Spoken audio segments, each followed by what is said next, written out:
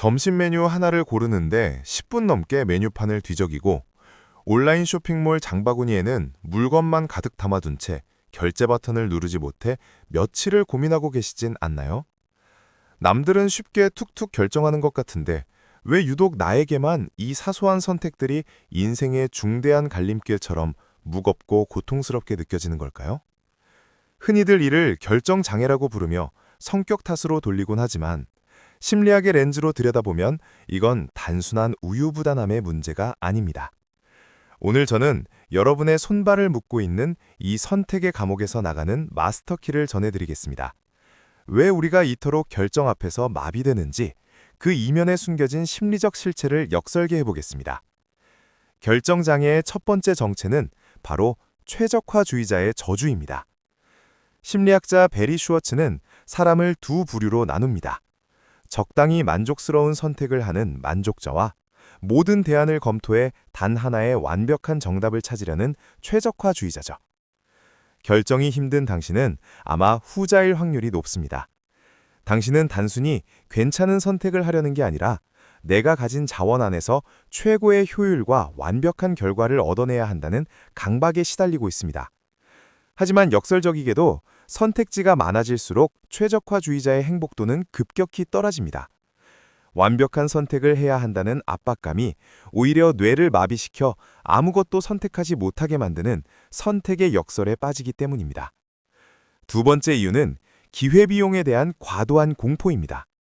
우리는 무언가를 선택할 때 그것을 얻음으로써 기뻐하기보다 선택하지 않은 다른 대안들을 포기해야 한다는 사실에 더 큰 상실감을 느낍니다. 이걸 샀다가 나중에 더 좋은 게 나오면 어떡하지? 라든지 이 식당에 왔는데 옆집이 더 맛있으면 어떡하지? 라는 생각들이 꼬리에 꼬리를 뭅니다. 심리학적으로 이는 손실 회피 편향과 연결됩니다. 얻는 기쁨보다 잃는 슬픔을 2배 더 크게 느끼는 인간의 본성이 포기해야 할 기회비용을 실제보다 훨씬 거대하게 부풀려 보여주는 것이죠. 사실 아무것도 선택하지 않는 것 자체가 시간이라는 가장 소중한 자원을 낭비하는 가장 큰 비용을 치르는 행위인데도 말입니다. 세 번째는 자기 신뢰의 부족과 실패에 대한 낙인입니다.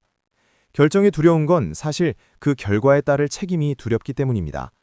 내가 내린 결정이 잘못되었을 때 나 자신을 비난할 준비가 되어 있거나 주변 사람들의 실망 섞인 시선을 견디지 못할 것 같다는 불안감이 당신의 발목을 잡습니다. 결국 결정장애는 실패해도 괜찮다는 자기 수용이 부족할 때 나타나는 완벽주의의 변종입니다. 틀린 선택을 하면 내 인생이 크게 잘못될 것 같다는 공포가 사소한 메뉴 선택조차 생존의 문제로 둔갑시키는 것이죠. 이제 이 마비 상태를 풀기 위한 실전 훈련을 시작해야 합니다. 그럼 이제 이 지긋지긋한 결정 마비 상태를 단숨에 풀어줄 3가지 실전 솔루션을 제안합니다. 첫 번째는 5분 제한 룰과 동전 던지기의 역설입니다. 사소한 결정을 내릴 때는 타이머를 맞추세요.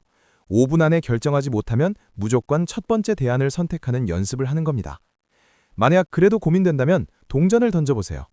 동전이 앞면인지 뒷면인지가 중요한 게 아닙니다. 동전이 공중에 떠 있는 그 찰나의 순간 당신의 마음속에서 제발 앞면이 나와라 혹은 뒷면이 나오면 어떡하지? 라고 외치는 그 간절한 방향이 바로 당신의 진심입니다. 결정은 뇌가 아니라 마음이 이미 내리고 있었던 것이죠. 두 번째는 만족자 되기 연습입니다.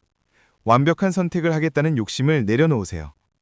내 기준의 70%만 충족하면 바로 결정한다는 가이드라인을 세우는 겁니다. 최고의 선택이 아니라 충분히 괜찮은 선택에 집중할 때 오히려 남은 에너지로 그 선택을 최고의 결과로 만들어가는 데 전념할 수 있습니다. 완벽한 결정은 결정하는 순간에 정해지는 것이 아니라 결정 이후에 당신의 태도에 의해 완성된다는 사실을 잊지 마세요. 세 번째는 결정의 가역성을 인지하는 것입니다. 우리가 두려워하는 대부분의 선택은 사실 언제든 수정이 가능합니다. 오늘 점심이 맛없으면 저녁에 맛있는 걸 먹으면 되고 새로 산 옷이 마음에 안 들면 환불하거나 누군가에게 선물하면 됩니다. 인생을 송두리째 바꿀 만큼 돌이킬 수 없는 결정은 의외로 많지 않습니다. 선택을 종착역이 아니라 경유지라고 생각하세요. 틀려도 괜찮고 다시 돌아와도 괜찮습니다. 그 유연함이 당신의 결정장애를 치료하는 가장 강력한 백신이 될 것입니다. 마지막으로 당신 자신을 믿어주세요. 당신은 지금까지 수많은 선택을 거쳐 오늘 이 자리에 와 있습니다. 때로는 실수도 있었겠지만 그 모든 경험이 쌓여 지금의 당신을 만들었습니다. 설령 이번 결정이 조금 빗나가더라도 당신은 충분히 다시 일어설 힘이 있습니다.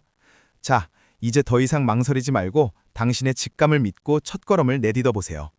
당신의 선택이 당신의 운명이 되는 멋진 순간을 제가 응원하겠습니다. 소울메모 365였습니다.